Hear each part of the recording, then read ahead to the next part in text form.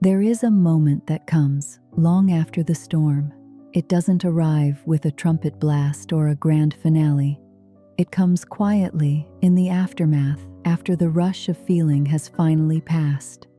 This isn't the moment when everything is resolved, wrapped neatly with a bow, and it's certainly not when all the answers arrive, solving the mystery of your hurt. This moment is subtler than that. It's when the frantic movement inside you begins to slow, when the noise in your mind, the replays, the arguments, the what-ifs, begins to thin out, like a radio signal fading into static. It is the moment when the water, after being churned and turbulent for so long, finally begins to settle. And it never happens all at once. There's no clear signal, no announcement from the universe that says, "This is where it ends. This is where the pain stops." It's much quieter than that.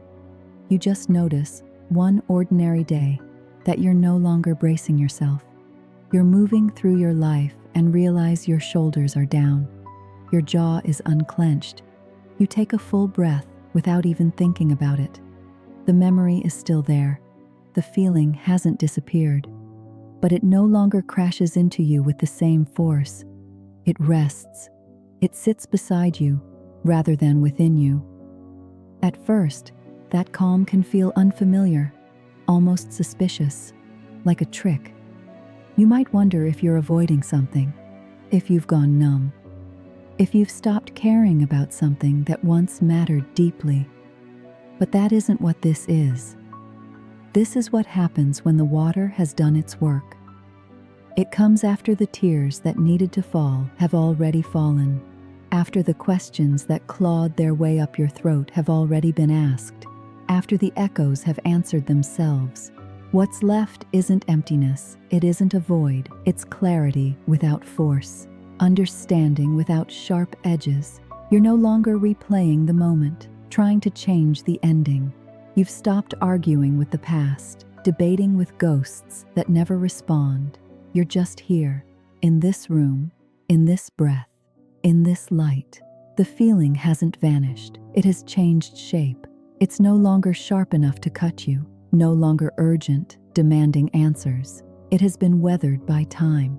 It becomes something you can carry without effort. That's when you realize something quietly important. Healing doesn't always feel dramatic. It doesn't always arrive as a breakthrough or a victory.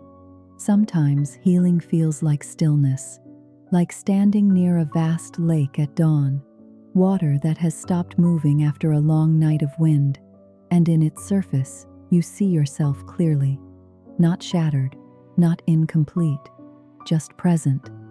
You begin to understand things differently then, not because you solved them, but because you stopped resisting them. You see how much energy you spent holding yourself together, how long you stayed tense, waiting for the next wave to hit, and how quietly life continued once you loosened your grip. When the water settles, you don't lose what happened. You don't erase it. You don't forget. You simply stop fighting a current that has already passed.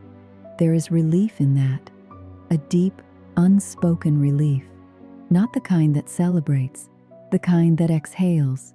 You start noticing small things again, the way light moves across a room, the sound of rain without needing it to mean anything, the simple feeling of being here without searching for an explanation.